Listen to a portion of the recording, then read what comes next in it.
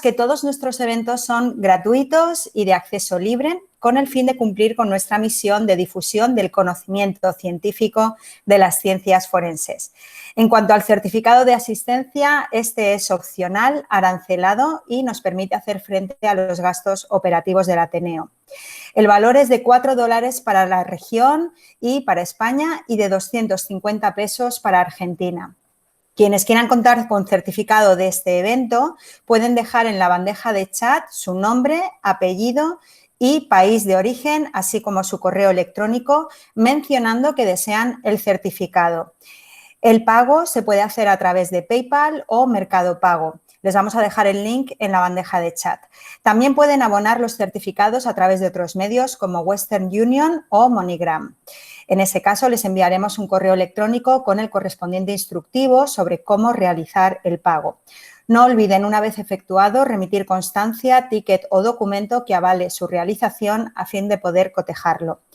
También les recordamos que pueden hacer preguntas al ponente dejándolas en la bandeja de chat y yo se las leeré cuando acabe su charla y abramos el turno de preguntas. También pueden utilizar la opción de levantar la mano y al final podrán exponerle directamente las preguntas al ponente.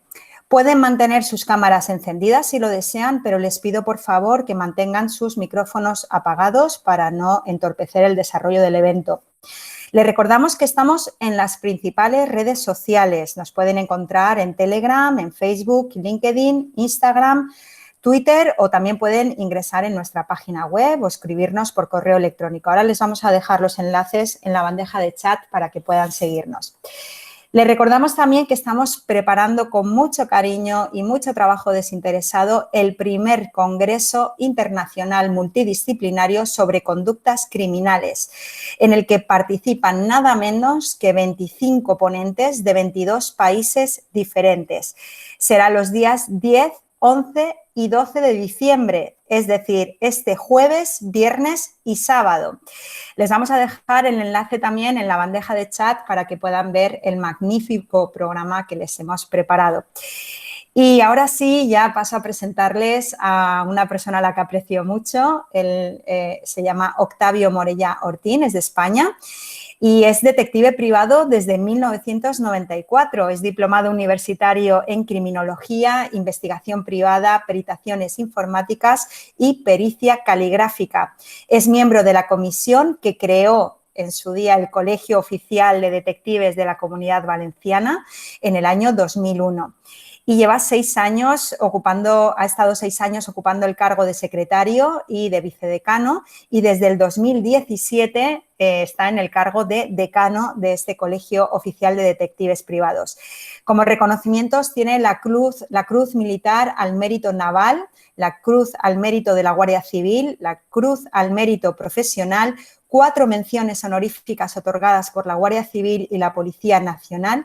Es coautor del libro La actividad de los detectives privados en el ámbito laboral de la editorial jurídica Wolters Kluwer. Y bien, el título de la ponencia de hoy va a ser La profesión de detective privado, características normativa y campo de actuación. Y con el ejemplo de España. Pues licenciado Octavio, decano Octavio, pues cuando quieras estamos deseando poder escuchar tu ponencia. Muchas gracias. Buenas noches, muchas gracias Sonia, agradecido de la presentación y agradecer también al Ateneo pues esta invitación para que los detectives privados de España podamos pues, comentaros a cómo nos dedicamos. Conoceréis en vuestros países pues, los detectives qué limitaciones tienen, qué regulaciones existen en esos países, los estudios o lo necesario para ejercer la profesión. Y yo os voy a explicar un poco lo que hacemos aquí en España. Agradecer también al maestro Claudio Oscar y Anone por esta invitación. Y bueno, y si voy a pasar a compartir la pantalla y a ver si abro un segundo.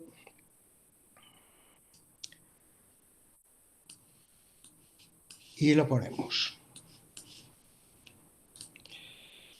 A ver si me sale ahora. Vale. Creo que, a ver, ahora la veréis, ¿vale? Supongo que sí. Bueno, pues como ha dicho Sonia, soy el decano del Colegio de Detectives Privados de la Comunidad Valenciana y antes de entrar un poco en materia, para los que no conozcáis cómo está organizado España, bueno, pues somos una monarquía parlamentaria con 17 autonomías y 2 ciudades autónomas que están en el norte de África, Ceuta y Melilla. Yo soy el decano, veréis ahí a la parte derecha de vuestras pantallas, de la Comunidad Valenciana, todo está en color amarillo. Solo tenemos 3 colegios oficiales en toda España, que es Comunidad Valenciana, Cataluña y Galicia. Se están intentando constituir alguno más, es una decisión que depende de las comunidades autónomas. Todos sabéis la diferencia de un colegio a una asociación. Un colegio es un organismo semipúblico, ¿vale?, con una obligación del que ejerce en ese territorio estar colegiado, y tenemos el control deontológico y profesional de los compañeros. Pero ese control deontológico se suman otros controles que ahora os iré explicando. Dentro de lo que es el territorio nacional tenemos varios cuerpos de policía y os quiero explicar esto para que luego entendáis unas cosas, ¿vale? Tenemos cuerpos policiales a nivel estatal de todo el territorio nacional, que es la Guardia Civil, la Policía Nacional y el Servicio de Vigilancia Aduanero, que depende del Ministerio de Hacienda y que se dedica a temas de fiscales, es decir, también aligjos de droga también son competentes ellos y se dedican mucho al tema de costas y aeropuertos, tienen esa competencia. También con Guardia Civil o con Policía, cualquiera de los 3 cuerpos puede actuar a nivel territorial en todo lo que es el país. Luego, cada comunidad autónoma puede alguna de ellas tener policías autonómicas y esas policías autonómicas en varias de estas comunidades autónomas tienen competencias exclusivas. Eso no quiere decir que no existan cuarteles o comisarías de policía o de guardia civil, pero las competencias de investigación o de oficina de denuncias y la seguridad ciudadana las tienen estas policías autonómicas. Por ejemplo, está el País Vasco y Cataluña, Canarias se está creando y la Policía Foral de Navarra. Vale. Y luego otras comunidades tienen también policías autonómicas, pero no con competencias totales. Por ejemplo, la Comunidad Valenciana, donde yo estoy, hay también una policía autonómica, pero que se dedica a temas de medio ambiente, a temas de control de festejos y también ahora últimamente control de violencia de género, tiene una comisaría de violencia de género. Esas unidades, que se llaman unidades adscritas, son Policía Nacional, que les cede personal para que puedan tener una policía propia en estas comunidades. Vale, por ejemplo, son Galicia, Comunidad Valenciana, Aragón, Asturias o Andalucía.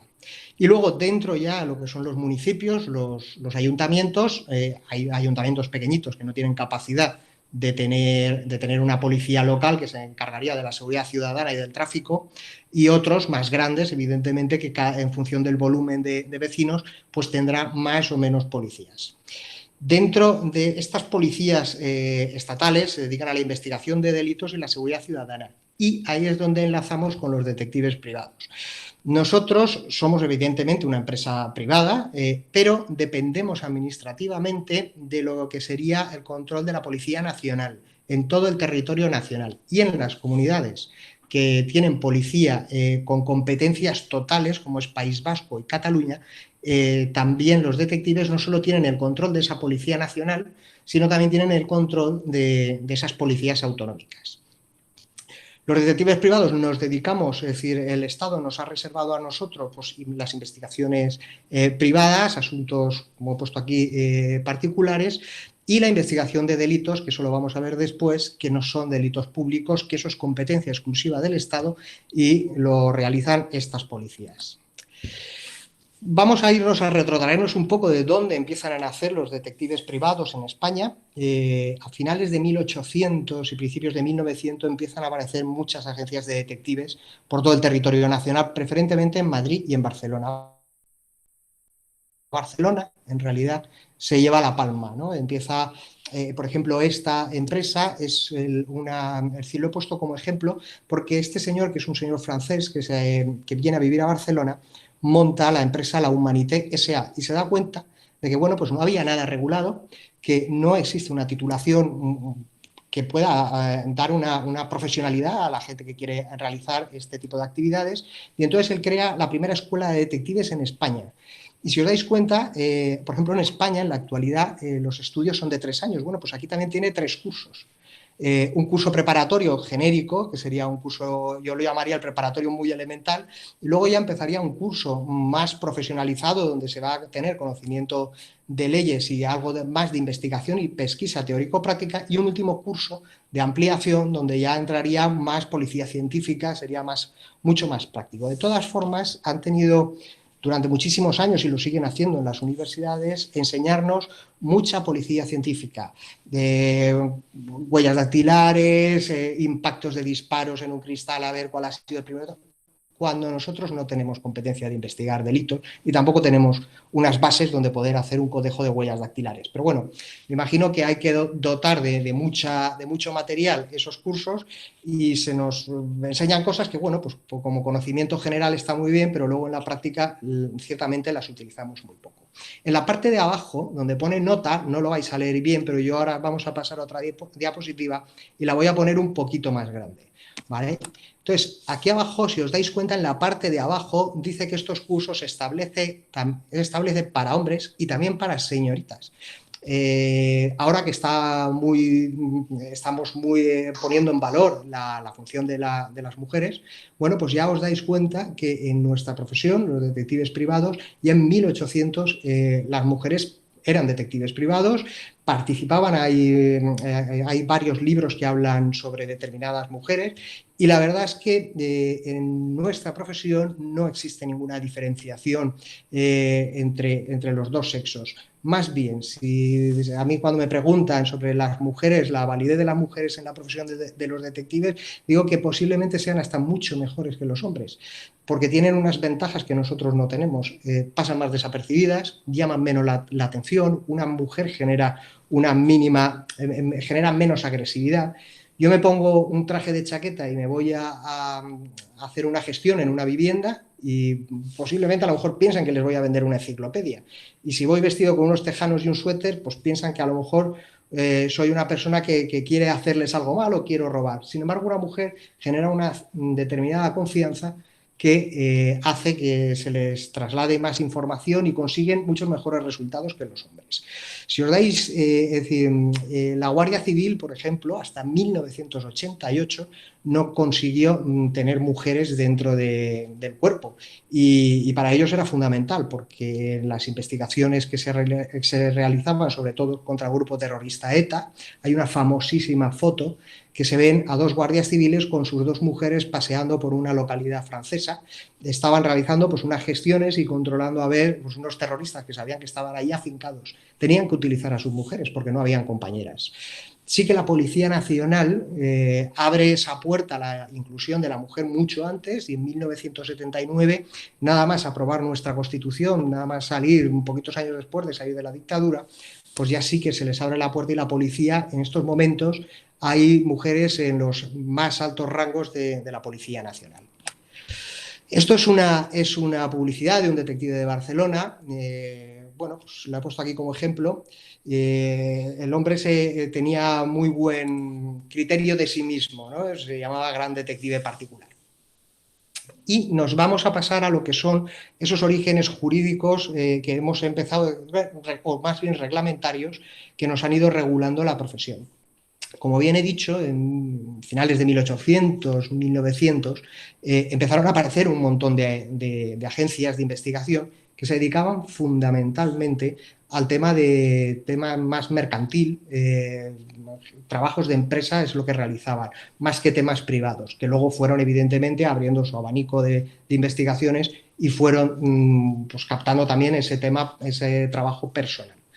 Durante todo este tiempo, muchos de los que se ponían a ejercer esta profesión eran policías, y eran policías que llamaban policías cesantes. ¿Y por qué se les llamaba así? Pues porque en aquella época tampoco existía una regulación, una ley de acceso como funcionario público a la policía, sí en escalas básicas, pero en escalas ejecutivas o de mando no existían. Entonces, muchos de ellos entraban a la profesión de policías por amiguismo con el delegado del gobierno, con el ministro de Gobernación o de Interior, quienes los nombraban, y lo nombraban pues, jefes superiores, comisarios, y cuando llegaban otros partidos políticos, pues a esos los quitaban y ponían a los suyos. A esos policías que quitaban se les llamaban policías cesantes, y durante el tiempo que pasaba hasta las nuevas elecciones y volvían a ganar sus amigos, pues se dedicaban a hacer investigación privada. No solo ellos, también otras personas, como hemos visto antes, montaban estas agencias de detectives. Todo ello va generando que en 1951 ya el Estado empieza a plantearse que existe un choque de intereses y que la profesión de los detectives hay que empezar a regularla, porque había, y según dicen en la justificación de esta orden del Ministerio de Gobernación, esta primera orden, va diciendo que se confunden se nos llamaban policías privados, o en la Real Academia de la Lengua se dice que el detective privado es un policía privado, un policía particular, ¿no? Se empezaban a mezclar pues, detectives que realizaban investigaciones sobre hechos delictivos que eran competencia del Estado. Y ya en esta primera regulación se intenta atajar y delimitar cuáles son la norma. Eso mismo, bueno, va habiendo una evolución y en el año 72 hay una nueva orden que poco cambia, es muy similar, y pasamos a la del 81, que también es muy similar, cambian pequeñas tonterías que no voy a entrar en detalle porque tampoco son interesantes.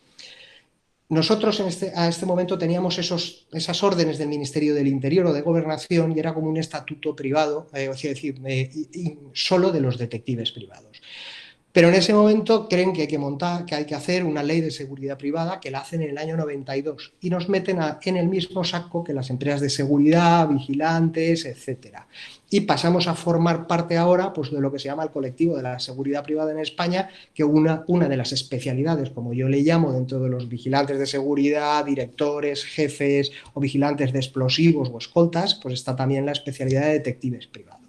Ya en el año 92 existían previamente ya unos estudios universitarios, pero en el año 92 se ponen, como dijéramos, las bases de cuáles tienen que ser pues, todo lo que es la titulación, los cursos y qué tienen que componer esos cursos. Yo empiezo en la profesión en el año 94, por lo cual yo ya entré dentro de esta ley de seguridad privada. Empiezan a pasar los años y bueno, muchas agencias de detectives empiezan a crecer. Hemos entrado ya en democracia, ya llevamos varias legislaturas rodando y van entrando unos partidos y otros, y empieza a aparecer lo que parecía que en España no iba a existir, pero ha existido y sigue existiendo mucho, que es la corrupción. Muchas agencias de detectives participan de investigaciones de corrupción, porque o bien en partidos políticos de la competencia del que está gobernando los contratan a los detectives, bien porque hay venganzas internas entre ellos y se filtra información y se contratan investigaciones de detectives para sacar todo esto a los medios de comunicación o poder mandarlo a un tribunal de justicia. Y todo esto al Estado le genera una sensación de no controlar esa parte de la investigación. Esa falta de control, bueno, conoceréis posiblemente, a lo mejor lo habréis escuchado en prensa, en televisión, una agencia de Barcelona, Método 3, trabajaba con muchos temas políticos. Uno de ellos hizo una grabación que le contrató a una de las partes, la grabación era totalmente legal, pero se montó un problema como a nivel nacional, como que los detectives privados nos dedicábamos a espiar. La contratación era totalmente legal, se puso un micrófono en un restaurante, una de las partes era conocedora de la grabación, cuando una de las partes es conocedora está permitido hacer esa grabación, lo que no está permitido es divulgarla, su finalidad tiene que ser una finalidad judicial. Y todo eso saltó a los medios de comunicación porque en esa conversación pues una de las personas contaba cómo se llevaba, era el caso de Pujol, el que era presidente de Cataluña, se llevaba el dinero a Andorra en bolsas de basura. Entonces, todo esto le generó al Estado una sensación de no controlar la potestad que tiene él sobre el delito, ¿no? Entonces, dijeron, vamos a regular nuevamente la profesión de los detectives privados y vamos a ponérselo a los detectives privados un poquito más complicado, ¿no? Y que vamos a controlarlos aún más, vamos a ponérselo complicado, porque nosotros, por ejemplo, antes podíamos investigar cualquier asunto, ahora tenemos que justificar, primero estamos obligados a hacer un contrato y estamos obligados a justificar una legitimidad. Por un lado, me parece razonable, ¿no? Porque no cualquier persona tiene por qué meterse en la vida de los demás y acceder a información que no sabes qué uso se le va a dar. Me parece razonable.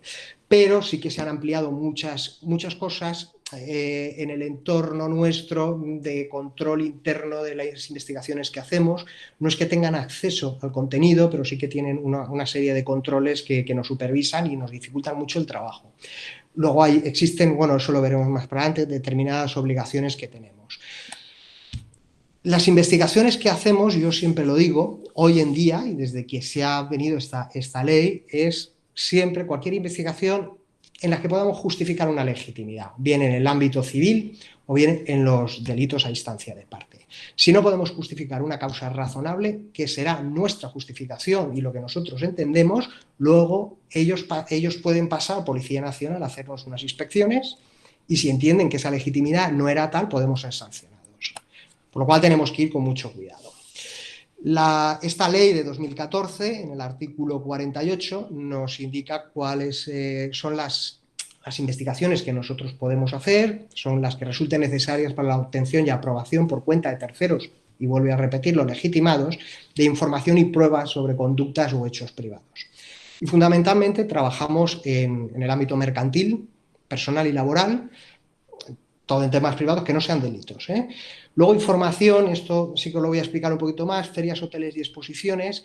En España solo se puede trabajar de paisano, sin uniforme, los vigilantes de seguridad tienen que ir uniformados y los detectives privados, al ir de paisano, al no llevar ningún tipo de distintivo, hacen las mismas labores que haría un vigilante de seguridad, pero de paisano, pues por ejemplo, en una feria de muestrario donde hay objetos pequeños, fácilmente que se pueden robar o despistar, y entonces pues hay detectives, sobre todo en Madrid, hay determinadas ferias donde hay un equipo de detectives que dentro de esas ferias muestrarios pues están allí controlando, ya tienen la experiencia de saber cuáles son personas que por su conducta y actitud pueden ser delincuentes y ir allí para sustraer determinados objetos.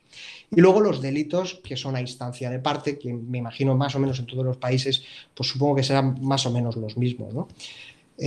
Son los que necesitan, pues bueno, pues la denuncia del agraviado, que la persona que se sienta agraviada, para poderse iniciar el procedimiento. Tenemos delitos, por ejemplo, dentro de estos, delitos contra la libertad o intimidad sexual, abuso, agresión o acoso, que aquí sí que tengo que diferenciar que no investigaríamos si se ha producido un abuso, una agresión o un acoso. Estamos hablando de fases, consideramos, anteriores. Antes, por ejemplo, si hay es decir, a través de internet, una persona se pone pesado y, bueno, pues antes de denunciarlo, porque tampoco ha pasado nada, bueno, pues entramos nosotros a hacer algún tipo de investigación para identificarlo. En caso de que también haya pasado, evidentemente sí. Estos, cuando ya se pone la denuncia, sí que se convierten en delitos públicos y son perseguidos por el Estado. Por lo cual nosotros ese punto no lo deberíamos de investigar. Ahora sí que podemos investigar cosas accesorias. Igual que en un asesinato, nosotros el asesinato no lo vamos a investigar porque es absurdo. Ni tenemos los medios, ni tenemos el poder de un juez para solicitar órdenes de registro, para solicitar información a empresas. Pero sí que podemos investigar, y nunca nadie en ningún juzgado ha protestado por ello, pues investigar cosas periféricas, ¿no? Por ejemplo, en una agresión que pueda haber habido, pues es un agravante si eres karateca, ¿no? Si tienes artes marciales. Bueno, pues al detective privado se le puede contratar, ¿no?, para investigar esa agresión, si se ha producido o no, sino para buscar a ver si la persona que ha hecho la agresión pues hace artes marciales o hace otro tipo de cosa que sea un agravante dentro del Código Penal. Y eso sí que lo hacen los detectives. Descubrimiento, revelación de secretos, eso pasa mucho con las empresas, gente que se lleva información de las empresas porque se va a una nueva empresa, eso hacemos muchísimo. Acaban detenidos las personas cuando hacemos un informe de estos acaban detenidos por policía. Delitos contra el honor, contra el abandono de familia, que bueno, ya sabéis, no sé, en otros países supongo que será igual que en España, no es que uno se vaya de casa y ahí se acabó, sino que no atienda las obligaciones económicas. Entonces, bueno, pues buscamos a la gente, vemos si tiene capacidades económicas o no. Luego, lo que se hace muchísimo son en temas de daños o estafas a compañías aseguradoras, fraudes a estas compañías donde pues, cliente dice que le han sustraído determinadas cosas o bien aprovechando un robo hincha los contenidos de lo sustraído o bien simplemente simulan estos robos para cobrar dinero del seguro. Hay compañeros que están especializados en este tipo de trabajos. Luego, delitos relativos al mercado y a los consumidores, alteración de precios, facturación fraudulenta o, por ejemplo, delitos societarios. Estos suelen pasar mucho. Os voy a contar uno que me pasó a mí hace ya algún tiempo. Era una empresa que se dedicaba a la venta de garajes. Habían construido una finca, habían vendido los pisos y también estaban vendiendo los garajes. Uno de los socios estaba donde yo tengo el despacho, en Valencia, y el otro socio estaba en Madrid. El de Valencia era el que se encargaba de enseñar estos garajes y hablar con las personas interesadas para vendérselos. Y parte de la venta que hacía, una parte iba con dinero que se declaraba y la otra parte iba con dinero en efectivo, ¿no? Para evitar impuestos. Claro, el socio de Madrid empieza a sospechar que se están vendiendo los garajes bajo precio y supone que hay unas partidas económicas pues, que no se están declarando y que este socio se las queda, ¿no? Entonces, bueno, ahí se interviene, se tiene que ir a simular que eres un cliente interesado con el tema y, muy importante, no provocar la prueba, porque de momento si nosotros provocamos la prueba decae por sí sola, no tiene una validez jurídica. Entonces tienes que ir, convencerlo, jugar a que se te ofrezca a ti de esa posibilidad de pagar con dinero en efectivo. En este caso no hubo ningún problema, rápidamente entró simplemente diciendo me sale muy caro el garaje, la plaza para el coche, me sale muy cara, pues bueno, pues enseguida aceptó y le hicimos varias entradas con distintos detectives, lo dejamos acreditado y el tema se denunció y bueno, con el paso del tiempo, pues el socio de Madrid pudo recuperar parte del dinero que se les habían sustraído. Tenemos asuntos de los más frecuentes que tenemos, bueno, pues tenemos robos, hurtos, que eso suelen ser pequeñas cantidades económicas que suceden en empresas, ¿no? Pues trabajadores, pues que hay dinero en caja y se llevan dinero o materiales de la empresa donde luego a lo mejor hasta los revenden en otros sitios. Yo he tenido muchísimos de estos. Con respecto a apropiación de dinero, pues suelen ser en cafeterías, restaurantes, donde hay pequeñas cantidades de dinero que se mueven y bueno, pues algunos trabajadores pues se las apropian. Ahí tenemos que solventarlo colocando cámaras ocultas, cámaras pinhole pequeñitas, pues que están normalmente ocultas por los techos y bueno, y también tenemos que tener mucho cuidado a la hora de poner esas cámaras, porque aunque estamos autorizados a no avisar de esa instalación, sí que tenemos que realizar un juicio de proporcionalidad, de idoneidad y necesidad para que un juez no nos tire para atrás esa prueba. Y luego pues son los temas donde hay hurtos, pero ya que sale material de la empresa y que luego se revenden por fuera, la verdad es que son muy interesantes porque luego también tenemos ahí una receptación, es decir, el que compra el producto sustraído y lo revende y son temas, la verdad es que son bonitos porque vas avanzando y te van dando juego. Hace poquitos días en Albacete se han detenido a 5 personas por un tema de más o menos como el que estoy contando y lo que hacían era los palés de madera, los que sirven con las máquinas estas elevadoras para transportar materiales, pues eso también tiene su valor, ¿no? Entonces lo que hacían era, los que estaban en mejores condiciones los iban sustrayendo y los llevaban a una nave industrial donde allí los almacenaban y de vez en cuando pues hacían las ventas. Bueno, pues un detective privado hizo su investigación, detectó toda esta salida de material, quiénes eran, a dónde lo llevaban y con su informe pues lo puso en conocimiento de Policía Nacional y Policía Nacional pues hizo una detención. Luego creo que tengo por ahí también una imagen de uno muy parecido, también fue con materiales de palet el año pasado y se llevaron también a bastantes detenidos, se recuperaron 30.000 euros, que si lo ponemos parejo con dólares, pues serían pues eso, casi 40.000 dólares o 45.000 dólares. Luego, las investigaciones de siniestros en compañías de seguros, lo hemos comentado antes, o las mutuas de accidentes laborales. En España, el Estado ha delegado en estas mutuas, digamos, de la seguridad social, que atienden a los trabajadores cuando hay bajas médicas. Bueno, pues muchos trabajadores, ahora con la pandemia pasa mucho menos porque bueno, pues la gente se lo está planteando más el arriesgarse a no ir a trabajar, a pedir una baja fraudulenta y que luego le detecten y pierda su puesto de trabajo, pero sigue pasando, ¿no? Muchísima gente que ha tenido a lo mejor pues, un enfrentamiento con el jefe y por enfadarse se coge una baja ficticia, pues alegando a lo mejor pues, una depresión o cualquier otro tipo de enfermedades, sobre todo las que son ficticias, que no quiere decir que todas sean ficticias, son las que se cogen por depresión o ansiedad. Son difíciles de detectar porque aquí en España solo los podemos coger por dos cosas, o bien porque cojan esa baja para trabajar en otro sitio, que es lo menos frecuente ahora porque el trabajo está muy mal, o porque exista un consumo elevado de alcohol. O sea, el consumo elevado de alcohol nos estaría indicando de que o bien no se toma la medicación de antidepresivos que le ha recetado el médico, o bien que está perjudicando su recuperación con ese consumo. Luego hay otras investigaciones, estas también son muy bonitas, que es el alzamiento de bienes. Supongo, no sé cómo lo llamaréis en otros países, pero bueno, aquí es intentar ocultar bienes para no hacer frente a pagos, a deudas o ante la vista de que puedas tener una condena donde tengas que hacer un pago. Entonces, están bien porque tienes que estar buscándole, a ver, enlazando las propiedades, los vehículos y por dónde esta persona se movía, pues enlazando lo que hace ahora con lo que hacía antes. Entonces, vamos a ver, por ejemplo, qué coche conduce, ¿no? Y el coche vamos a ver a nombre de qué persona va. Bueno, pues a lo mejor esa persona es un testaferro. Vamos a ver dónde vive y esa casa a nombre de quién va. Y vamos a intentar buscar un hilo conductor entre las propiedades y los bienes que tenía antes, dónde están ahora y los bienes que utiliza. Y la verdad es que son temas muy bonitos porque te vas descubriendo cosas. La verdad es que el descubrimiento de cualquiera de las investigaciones que realizan los detectives, la verdad es que te da un juego y te motiva, ¿no? Te motiva para seguir insistiendo y el tema de los alzamientos de bienes está muy bien. Y luego el tema de los temas personales, siempre hemos tenido los detectives una gran etiqueta, ¿no? De que nos dedicamos al tema de los cuernos y tal.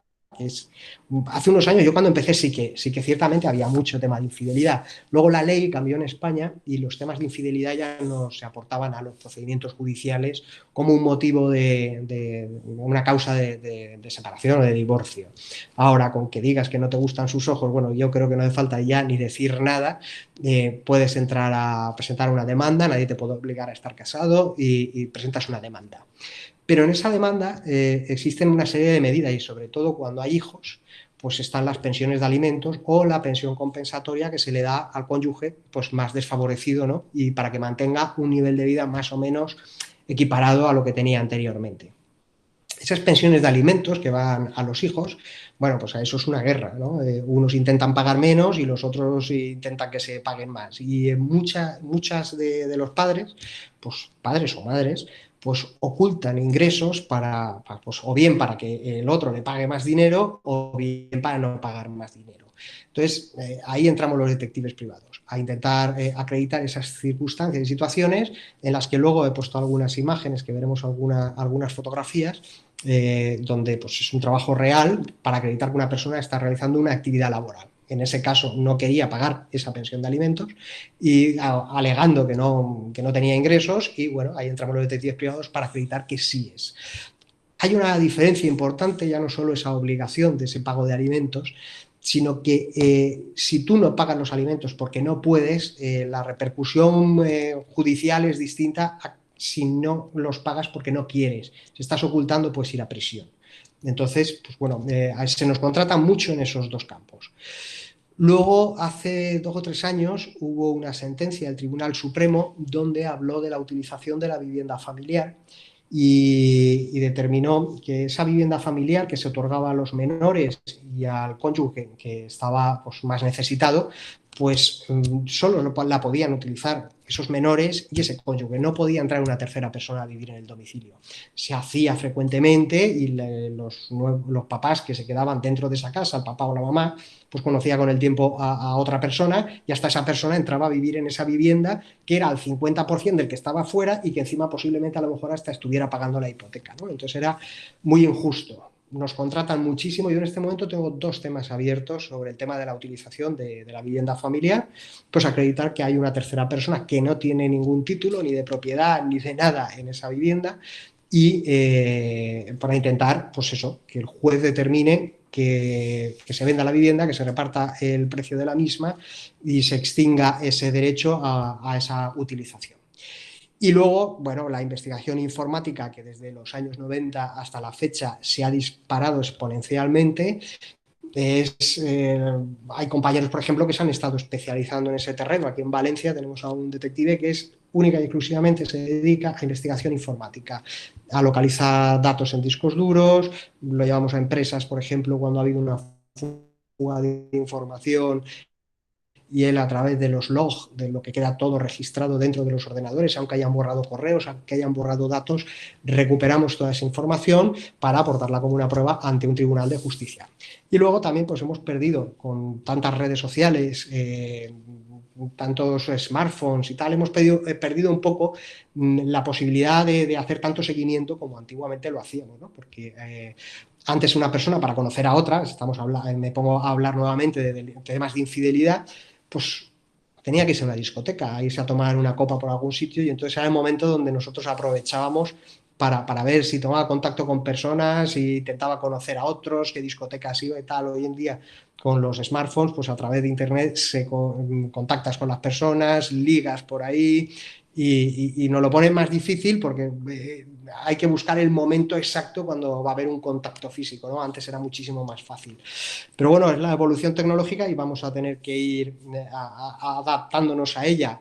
Aquí en España no tenemos ningún tipo de acceso a poder intervenir un teléfono, los detectives privados solo con órdenes judiciales, supongo el resto del mundo también, pero bueno, aquí lo tenemos todo muy limitado. Un detective privado no tiene más acceso a información que cualquier ciudadano normal. Jugamos, bueno, pues a la profesionalidad, a la experiencia, al saber utilizar esa información que hay en Internet y poderla extraer, a saber que existen registros de la propiedad y que de ahí podemos sacar información, a saber que hay registro de tráfico y que ahí podemos sacar matrículas de vehículos, a saber interpretar esa información y enlazarla para llegar a un resultado, pero no tenemos más bien desventajas, porque si yo enseño mi carné que me da el Ministerio del Interior y lo enseño para pedir una información, lo más seguro es que la persona que lo vea diga, uff, detective privado, qué miedo me da y salga corriendo. Por eso nunca nos identificamos y pues decimos que estamos haciendo una encuesta o decimos que vamos a llevar un paquete a alguien cuando vamos a una vivienda a sacar información, pero nunca nos identificamos como detectives privados porque no tendríamos en absoluto ningún tipo de datos. Esta sentencia del Tribunal Supremo de 1990, que es antes y todo de la salida de la ley del 92, habla pues, del testimonio de los detectives privados en el que se le da una veracidad mayor que la de cualquier persona, ¿no? Y más hoy en día con las regulaciones que tenemos se nos da digamos, esa valía que cualquier testigo que va a un tribunal de justicia no tiene. En innumerables ocasiones, pues, pero claro, no, siempre hablándolo fuera de un juzgado con el juez, pues te dicen que están encantados, ¿no? de que les llegue un informe de un detective privado porque saben que ahí existe una prueba donde ellos, para dar una resolución, pues pueden basarse en ella, ¿no? Porque los testigos, todos sabemos que las partes llevan a los testigos que les interesan y a los que no, evidentemente, no los llevan. Y que mentiras se dicen muchísimas.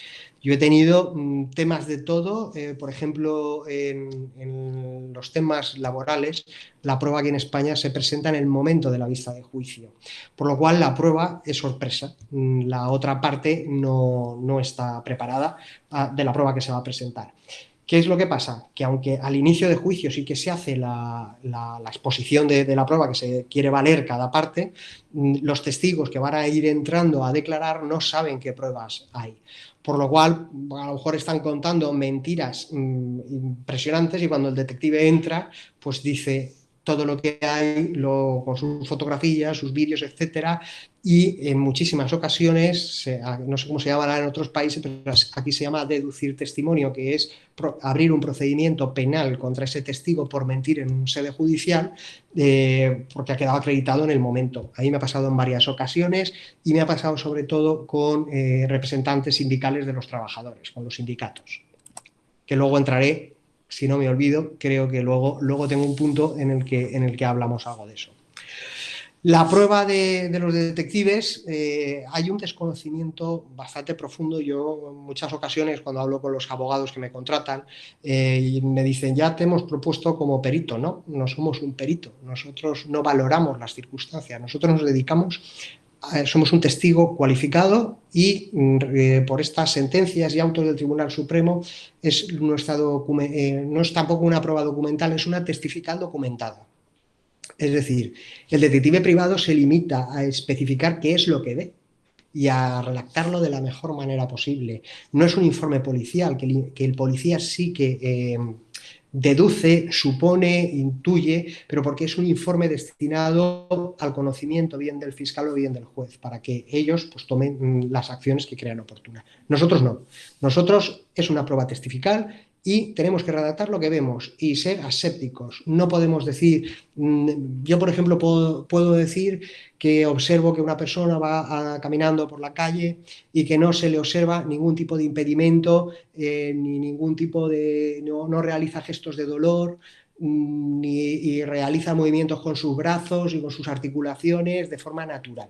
Eso yo no puedo concluir, después de haber visto y dicho eso, que esa persona no tiene una dolencia, porque no lo sé, porque no soy médico. Ahí ya entrará un médico y el médico tendrá que ser el perito médico el que tendrá que analizarla con los medios técnicos que tenga y ver si existe esa dolencia de un codo, de un hombro, de una lumbalgia, etcétera. Yo lo que puedo es reflejar solo lo que veo. Y lo que intentamos es que todas esas cosas que nosotros vemos las intentamos fotografiar y plasmarlas dentro de un informe para que no quede solo nuestra testifical, sino que sea una prueba gráfica.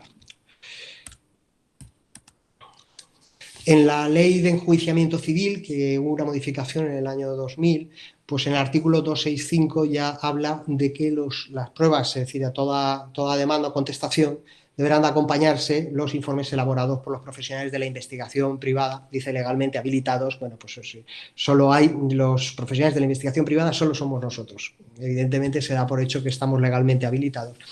Y como nuevo introduce aquí, que esto la verdad es que viene muy bien, porque si la parte contraria no impugna o el documento que nosotros, el informe que nosotros hemos aportado, no es necesario la práctica de la prueba testifical.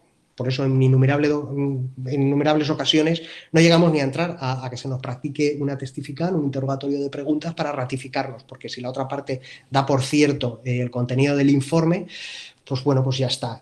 Y lo suelen hacer porque en ocasiones pues no hay escapatoria, ¿no? Y lo que intentas pretender es, bueno, pues le voy a dar cuanta menos importancia mejor a que entre un detective privado aquí y enfatice determinadas cosas, que de esta manera voy a intentar soslayar que esa prueba, pues voy a intentar restarle importancia y no hablar de ella, ¿no?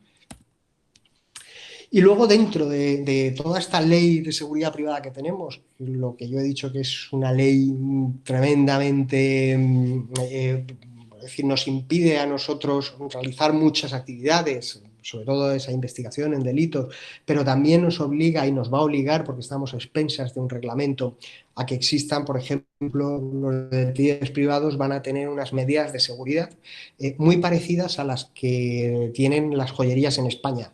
Por ejemplo, vamos a tener a partir de a lo mejor de 1 año o 2 años las obligaciones de llevar puertas acorazadas en nuestros despachos, de si compartimos despacho con algún otro profesional tiene que estar bien dividido y con cerraduras para que ese otro profesional pues, no pueda acceder a nuestra información.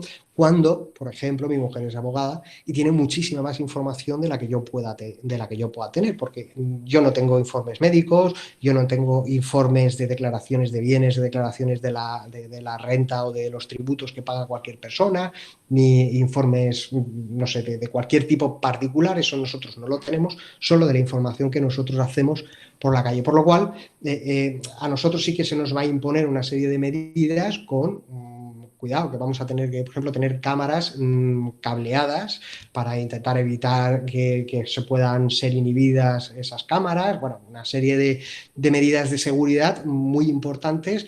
Hasta nos van a hacer imponer aproximadamente que tengamos el seguro de responsabilidad civil de 150.000 euros y luego un aval. Eso yo creo que en pocas profesiones pasa, pero vamos a tener que depositar o contratar con una entidad bancaria un aval aproximadamente de unos 10.000 euros en función también del volumen de la cantidad de detectives privados que seamos en cada agencia, de 10.000 euros para hacer frente a pagos de posibles sanciones que nos pueda imponer la administración. Yo lo veo un poco ridículo, ¿no? Imaginémonos que cualquier persona pues, nos pusiera Hacienda, Seguridad Social, la Dirección General de Tráfico, por tener un coche y tal, nos pusieran todo y tuviéramos que estar pagando avales a todo el mundo, pues si algún día nos sancionan, ¿no? Bueno, pues cuando nos sancionen ya pagaremos y si no podemos pagar, pues como cualquier persona nos embargarán vehículos, nos embargarán viviendas, etcétera. Pero bueno, no voy a entrar aquí, es simplemente un comentario que os quería hacer.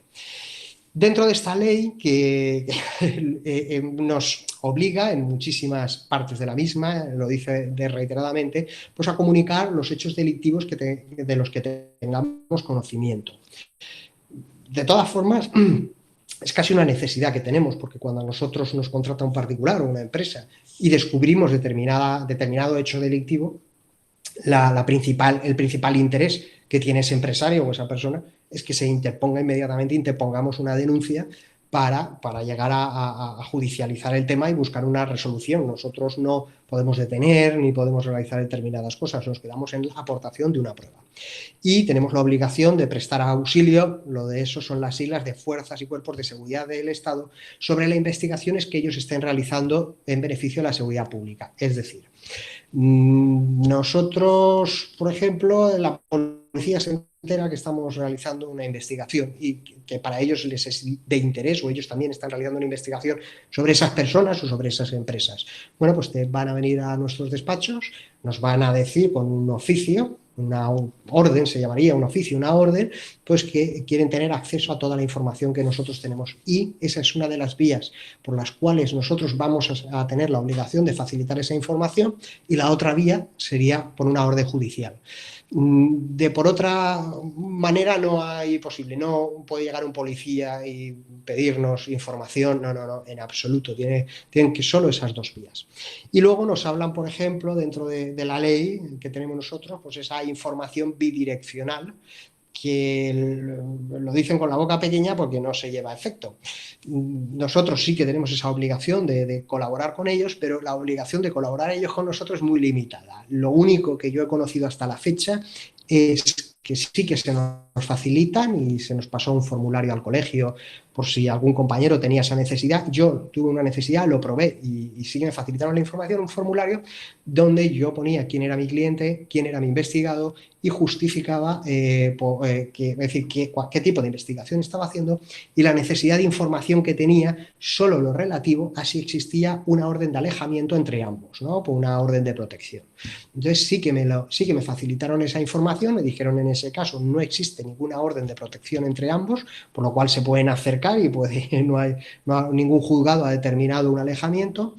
Pero tampoco me la pasaron de manera escrita, me la pasaron de manera verbal. Posiblemente a lo mejor también tenían sus dudas si me la podían llegar a pasar. Esto es un tema de colaboración. Antes os he comentado el trabajo que se hizo se ha hecho hace unos 3 o 4 días, ha salido en los medios de comunicación hace poquito. Y este es un trabajo, por ejemplo, que se hizo el año pasado también con Palés, donde se detuvieron a 6 personas, se recuperaron 30.000 euros y aquí hubo un trabajo muy bueno de colaboración entre los detectives y la Policía Nacional. Los detectives habían hecho toda su investigación, ya lo tenían perfecto, tenían ya redactado un primer informe boceto, ¿no? para presentarlo y comunicárselo a la policía para que ellos pudieran intervenir. Los detectives se personan en una comisaría de policía, que era la competente de ese territorio, le facilitan la información y la policía le dice, oh, lo veo muy interesante, pero en estos momentos no tengo personal para asumir este trabajo.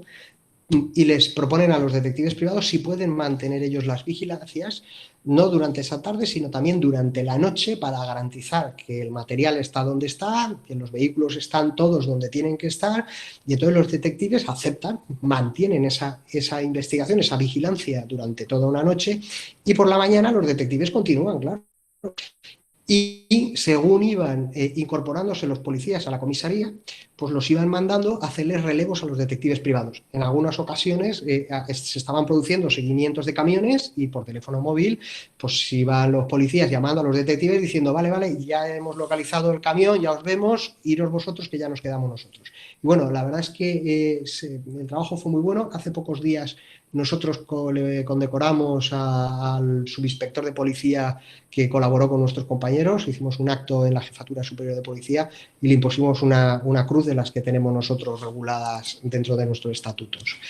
Este, por ejemplo, es otro de los trabajos que se hizo el año pasado. Es la primera vez que se interviene un dragón de Komodo en Europa, y era una red de personas pues, que se dedicaban al tráfico de animales exóticos. En este caso no parte de una investigación de un detective privado, sino es una información que recibe un detective privado por serlo, ¿no? Y por tener contactos y tener información. El detective no estaba investigando esto. Recibe una información de que hay un grupo que está dedicándose a esto, la traslada a la Guardia Civil termina de hacer las pesquisas y localizan ese dragón de Komodo. Se ve pequeñito en la foto, pero ahí está. Bueno, y esto es un... A ver, esto que me sale aquí abajo, ¿ves? ¿Lo quito? No lo puedo quitar. A ver, perdón. Vale, esto es una investigación de trabajos realizados en economía sumergida, ¿vale? Este es un papá que dice que no tiene posibilidad económica para hacer cargo a las pensiones de alimentos de sus hijos, que no tiene ingresos y que no realiza actividad laboral. Le hacemos un seguimiento y vemos que está trabajando en una cafetería. Pero el trabajo no solo se tiene que hacer esto no valdría para nada. Y si os dais cuenta, seguro mucho ya os habéis dado cuenta, si os fijáis en la fotografía de arriba de la izquierda, fijaros cómo coge el café. No tiene una pericia, un camarero no coge así un café. Si yo me voy a hacer un informe así y se lo presento al cliente y el abogado también le parece estupendamente bien y se van a presentarlo en un proceso judicial, posiblemente el abogado contrario, que también será muy listo, hombre, le sacan mucho partido, intentan darle las vueltas a las cosas como su trabajo y es natural, pues me dirá que esa persona que sí, que bajó un día, que le echó un cable al dueño del bar, que son amigos, que se le había puesto un trabajador de baja y que bueno, pues que si es que encima se ve en la fotografía que no tiene la pericia de servir cafés ni nada. Entonces los trabajos tenemos que intentar desarrollarlos. La experiencia del detective cuenta mucho durante determinados días para también saber aconsejar al cliente y como estamos tocando estas pruebas de manera habitual y las estamos viendo cómo se resuelven en los tribunales de justicia, cómo, de qué manera pues que quede esto bien probado. En este caso, ¿qué es lo que haríamos? Bueno, pues buscarle distintos horarios, distintos días y distintas semanas. No necesariamente tenemos que estar todo el día, pero yo puedo, por ejemplo, pasar a media mañana por la cafetería esta y pasar por allí 2 o 3 horas, ver lo que está realizando, fotografiarlo, luego ir una tarde, luego pasar a la semana siguiente y así le podemos decir al juez, oiga, mire, cada vez que hemos ido a acreditar esta situación, hemos visto lo mismo y hemos prolongado el servicio en días alternos, en días distintos a lo largo de 2 o 3 semanas. Y siempre pasa lo mismo, por lo cual no ha sido una cosa esporádica. Este señor está realizando una actividad laboral, ¿vale? Tenemos que jugar mucho a que la prueba, estudiarla muy bien por dónde nos van a atacar para saber presentarla. Esto es un caso también muy similar, pero es una pensión compensatoria. Esta señora se separa de su marido y ella no realiza ningún tipo de actividad laboral, por lo cual el juez determina pues, que tiene derecho a recibir una compensación económica mensual, ¿no? En función de los ingresos que tenga el marido, pues le tendrá que pasar X dinero mensual. Me imagino que en casi todos los países, de una manera u otra, más o menos existirán esas circunstancias y sobre todo con personas ya de una determinada edad. A la gente joven hoy pues tiene acceso al trabajo, tiene estudios, pero gente pues que ahora pues tiene 50 y largos años o 60 años pues no tiene un acceso profesional a ningún puesto de trabajo, pues se les conceden estas pensiones cada vez menos y las que se conceden ahora van limitadas en el tiempo. En este caso, esta señora pues tenía una pensión de por vida y ella se ponía a trabajar en una clínica veterinaria realizando labores administrativas, de atención a los clientes, de limpieza, bueno, y lo que hacemos es lo mismo que hicimos en el otro trabajo, que era pues prolongarlo durante X días en distintos horarios para que quede acreditado pues que esta señora realiza una actividad laboral. ¿Qué es lo que va a determinar un juez? Bueno, pues ahí tienen un juego amplio, ¿no? Pueden reducir la pensión o pueden extinguirla en función de lo que calculen ellos que esta señora puede estar percibiendo por este tipo de actividad laboral. Esto también es un tema problemático que hay ahora, cuando las parejas se separan. Claro, los niños pasan ¿cómo diría yo?, a depender casi de los abuelos, ¿no? Porque a lo mejor pues, los papás tienen que trabajar y los abuelos son los que se hacen cargo. Bueno, pues cuando estaban juntos, el matrimonio les parecía estupendo y maravilloso que los abuelos se hicieran cargo de los niños, pero cuando ya nos hemos separado, ya nos parece fatal y horroroso que los abuelos pues, nos ayuden con los niños. Entonces, bueno, pues nos contratan a los detectives para intentar evitar que esos regímenes de visitas o custodias compartidas, que por ejemplo en España la custodia compartida es prácticamente de origen, tiene ya que alegar algo extraño, ¿no?, para que no se conceda una custodia compartida, pues eso, alegar pues, que no se hace cargo de los hijos, alegar que siempre que trabaja en unos horarios que no puede llevar a los niños y que son los abuelos los que en realidad se encargan pues, para que se quite ese régimen de visitas o se reduzca. Son temas un poco desagradables porque esta señora qué mal hace atendiendo a sus niños, pero a sus nietos, pero bueno, nos la encargan y tenemos que hacerlo también en nuestro trabajo y tenemos que facilitar la prueba que nos piden. Esto, por ejemplo, es lo que hablábamos antes de las infidelidades, ¿no? Decíamos que no hacíamos, yo no digo que no hagamos, seguimos haciendo algunas, pero son las menos. En este caso, este chico conoce a esta chica por internet y como todo se pone muy difícil porque los contactos son difíciles, porque claro, como se habla mucho por internet, pues se contactan en situaciones muy concretas, lo que nosotros, no, en este caso él dijo que se iba de viaje a Madrid. Entonces le hicimos un seguimiento y vimos que ni Madrid ni nada, se quedaba en Valencia, además a 20 y tantos kilómetros de su domicilio, con el riesgo de poder ser visto por conocidos, familiares y tal. Se vino a Valencia ciudad y contactó con esta chica que venía en tren. Fuimos al tren con él, la identificamos y luego pues, lo seguimos hasta el hotel y bueno, dejamos acreditado pues, que tenían una relación. ¿Para qué? Bueno, pues para el conocimiento particular de la esposa de este señor, para ella poder tener pues, conocimiento de lo que pasa en su vida y luego pues, tomar las decisiones, ¿no?, que crea oportunas. Es una necesidad, creo, que tenemos las personas de conocer y de saber. Por ejemplo, son temas de ámbito empresarial. El tema de la izquierda, que veis que hay poca calidad, las imágenes que ya son antiguas y la tecnología ya ha evolucionado muchísimo. Ahora esto tiene baja resolución porque se hacía con cámaras pinhole introducidas dentro de un bolso y se metían las cámaras dentro del bolso. Y bueno, pues tampoco controlas los contraluces ni las imágenes, aún creo que salieron bastante bien. Este trabajador, bueno, salió en la prensa, por lo cual lo puedo decir. Este señor era un trabajador de la factoría de Ford, de la fabricación de coches que hay aquí en Valencia, ¿no? Y se había pedido una baja laboral, por lo que hemos comentado antes, por tema de ansiedad y depresión. En ansiedad y depresión les dan medicamentos y evidentemente no pueden beber alcohol. Si os dais cuenta, el consumo de alcohol aquel día fue brutal, se pasó todo el día en el bar, pudieron ser 7, 8 botellines de cerveza y 2 o 3 cubatas. Si os fijáis abajo, la fotografía de abajo de la izquierda está haciendo hasta posturas de Karate Kid, es decir, ya iba muy cargado y entonces ya se desinhibió y bueno, y era un espectáculo este hombre dentro de la cafetería. Y luego tenemos, por ejemplo, el de la derecha. Este señor tenía una baja por cervicales y no se le ocurre que otra cosa, que o bien la baja era ficticia o bien ya estaba en un proceso avanzado de recuperación, que se encontraba bien, pues se fue a entrenar y a jugar un partido de fútbol. Evidentemente se le cogió, se le pilló bien pillado y se le despidió. Hemos tenido que hablar antes de lo que estábamos diciendo, de lo que es la prueba del detective y el informe de investigación.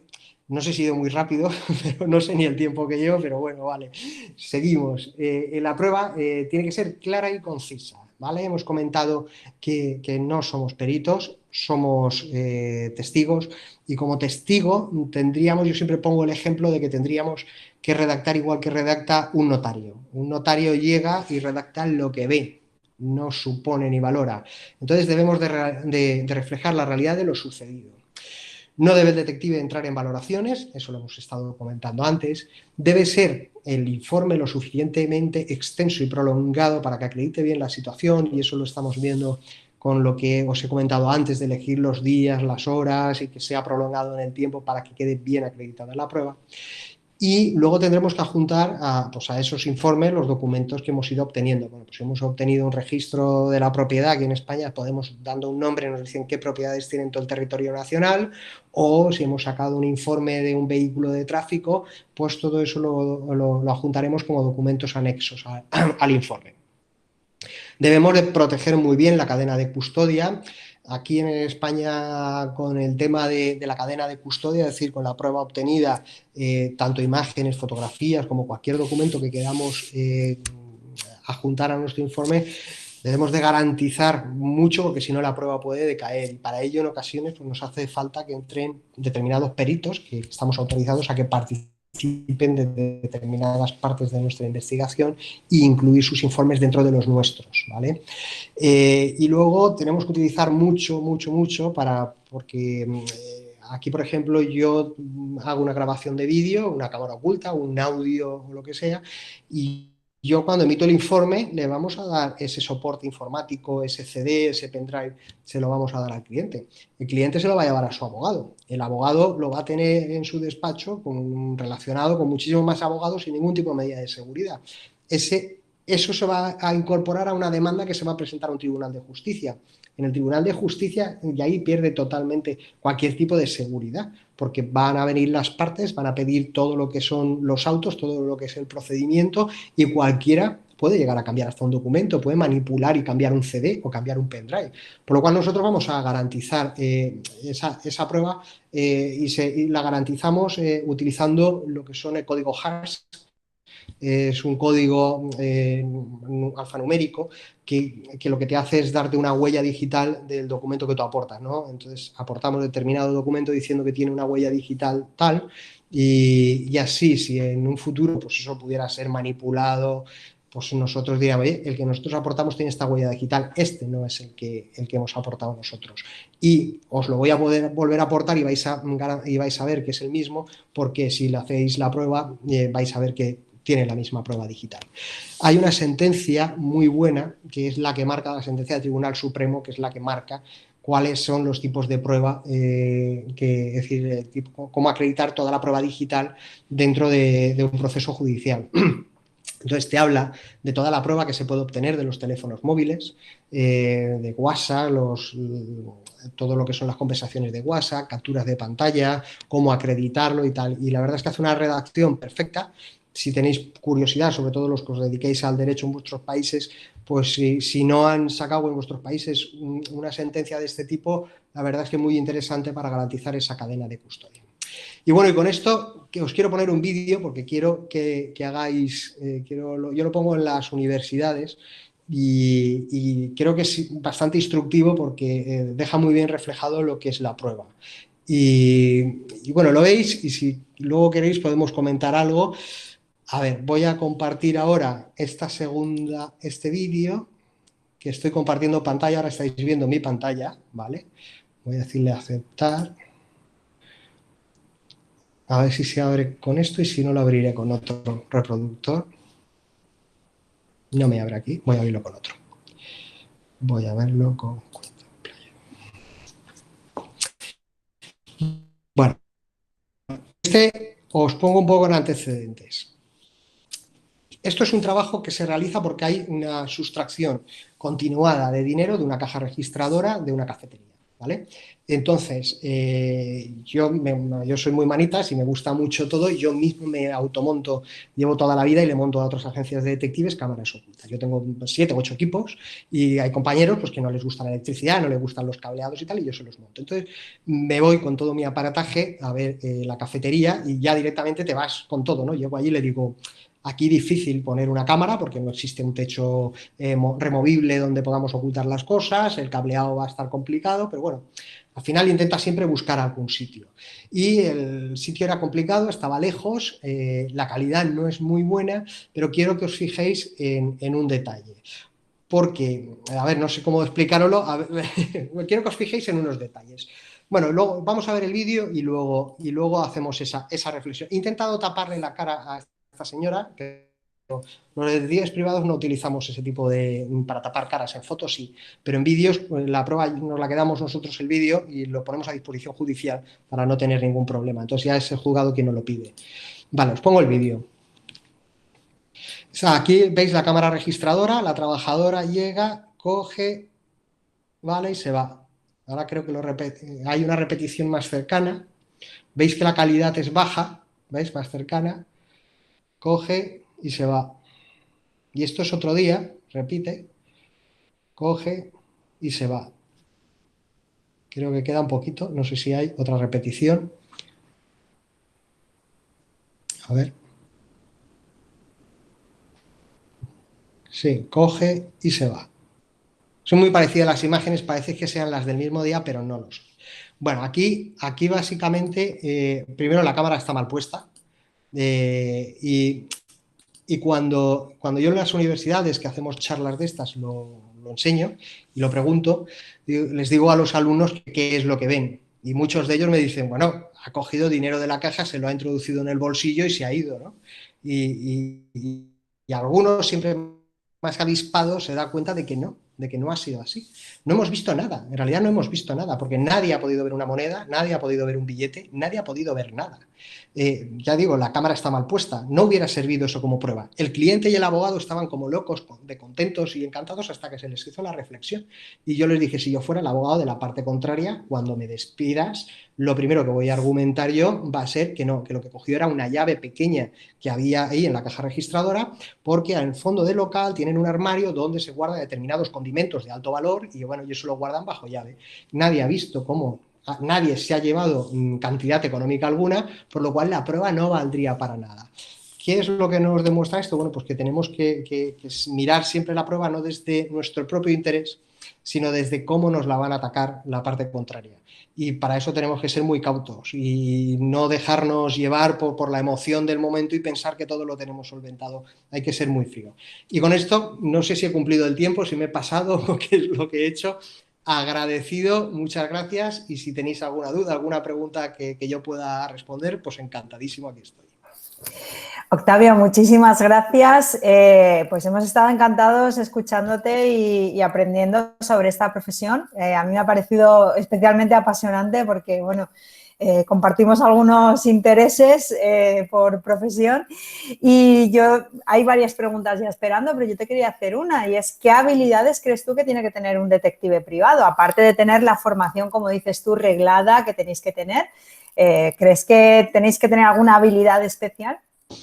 Paciencia, mucha paciencia. Es decir, yo cuando le cuento a la gente soy detective privado, ¡ay, qué interesante, qué bonito! Bueno, pues porque no se pasan a lo mejor 10, 12 horas sentados en un coche para que no pase nada. Yo muchas veces llego a casa diciendo, mira, si no hubiera ido, tampoco hubiera pasado nada y me hubiera ahorrado ir, ¿no?